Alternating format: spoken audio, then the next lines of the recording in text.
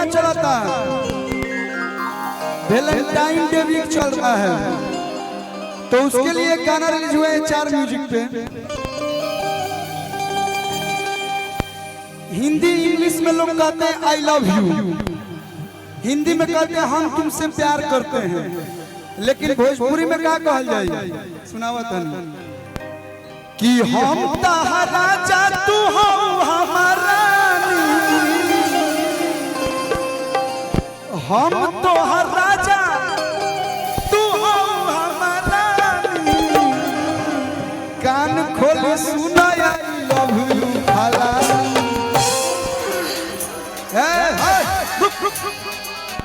रुको, मगध एक्सप्रेस बन जाता रहे के बाद है जब परपोज चलता है ना डिस्टर्ब करता। बलटी के पानी जस छलक के जवानी,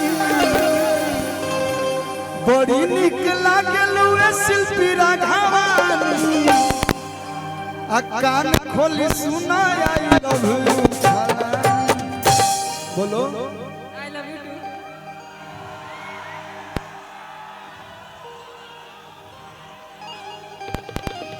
मतलब तहां लोग के नहीं के कौन बने उदास ना हो यारो, किस्मत को जानी मारो, एक जाएगी तो आएगी हजारों, टूटे हुए दिल को भुलाते चलो, नया नया लवर पटाते चलो, डरो नहीं लत जूता खाते चलो। माना लड़की या किसिया के मारे दोस्त में चप्पल तो डराए के, तो नया नया लवर पटाते चलो। लेकिन भैया कि बलटी के पानी जस छलक के जवानी, ये कौन जिला भैया? कैमूर है, रोहतास परिनोई। अच्छा कैमूर है, अरे कोनो भभुआ कोनो कैमूर कहत एक ही न तुनो छा जाइबू कैमूर में ये शिल्पी राघवानी, कान खोली सुना, कान खोली सुना आई लव यू रानी। बहुत बहुत जाने ला यूपिया बिहार तो नए जीजा छुके अच्छा लाई दे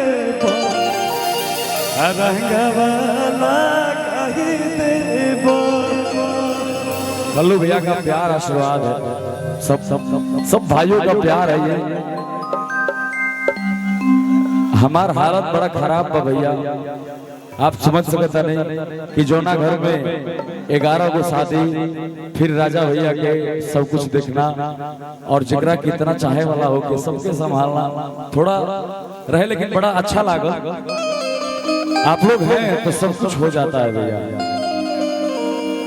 और वाकई इस जहाँ से आप आते हैं सासाराम में नहीं, पूरा बिहार ही नहीं, पूरा यूपी नहीं, जितने भी भोजपुरी के लोग सुने वाला बा, देखे वाला बा, वो सब लोग प्राउड बा कि हमारे पास अंकुश राजा है। आपने जो 11 लड़कियों की शादी कराई है,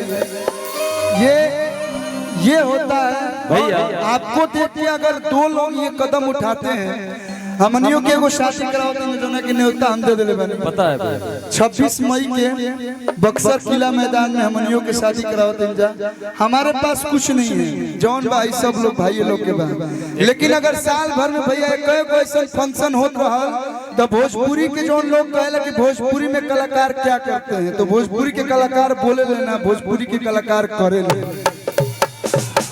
हमनी के भोजपुरिया ही जा गर्जे नहीं जाना, खाली बरसे नहीं जा, और एक करे जा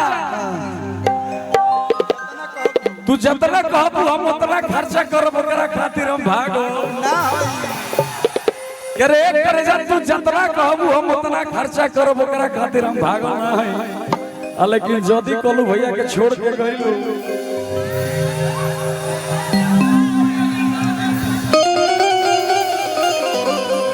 अंकुश राजा चार अरविंद अकेला कल्लू अभी तक ऐसा कोनो लड़की पैदा नहीं की सब जे हमनी के छोड़ दिया सन।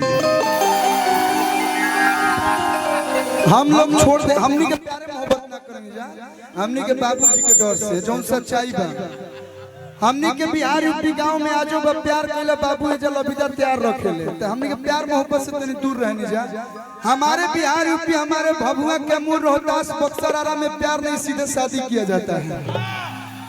हाँ सच बोले ना ज्यादा हार्ड हो गइल का कि कमाल बारू रोनिया दिल पे मतलब हम तारा खातिर ना बोल ली।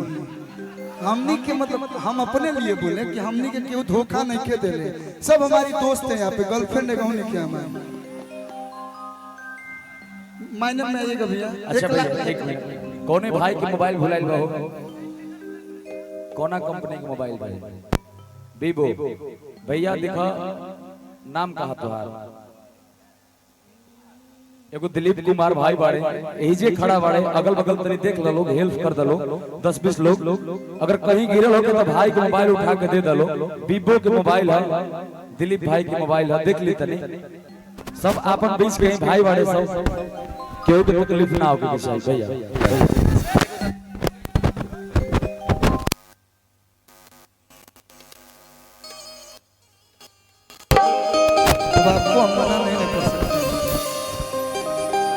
कि मरदा की गोली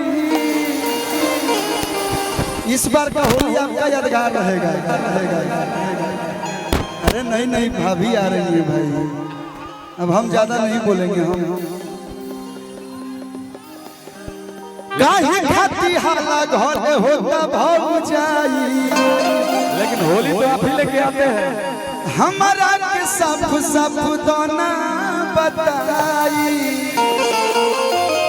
गाँव जवार छूटल छूट गई टोली।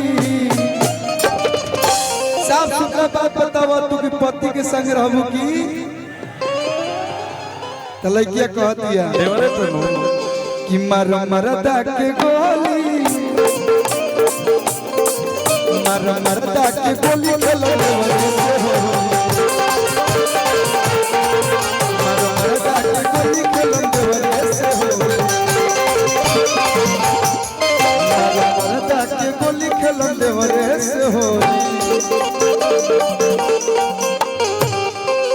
बहुत बहुत धन्यवाद। बहुत बहुत धन्यवाद कल्लू भैया, आप आए, राजा भाई को ढेर सारा बधाई शुभकामना दिए। इसके हृदय से आभार आपका। ये प्रेम प्यार भोजपुरी परिवार ऐसे ही बना रहे। जब भी ऐसा कुछ हो हमेशा सब भाई एक साथ बने। एक बार कल्लू भैया के लिए जोरदार ताली चारों तरफ से बजा का आशीर्वाद दीजिए। पार्वती पटेल बहुत ही अच्छे सिंगर हम लोगों के बीच में उपस्थित है विजय भैया, शिल्पी राज जी। अब ये दोनों लोग कुछ सुनाएंगे आप लोगों को, एक एक से गीत लेके आवत रहे। अब फिर हम कल्लू भैया के लेके चल के ओइजा लेके चलो आपके साथ ही साथ आंसू बाबा को बहुत बहुत धन्यवाद, हृदय से आभार।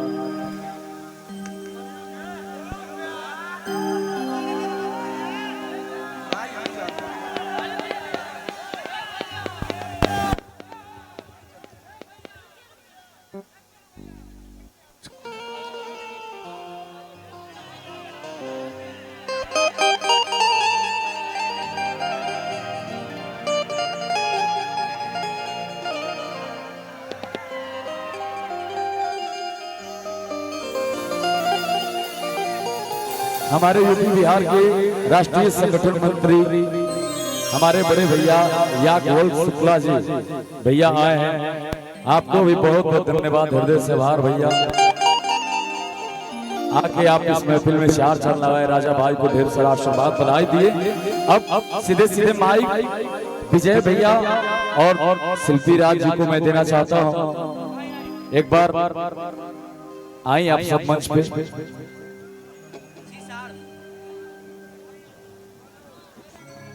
हेलो, मंच को व्यवस्थित खाली किया जाए। मैं चाह रहा हूं कि जो लोग मंच पे हैं, जो बाउंसर टीम के एक बार तो नहीं, चारों तरफ से हाला को दो लोग खाली।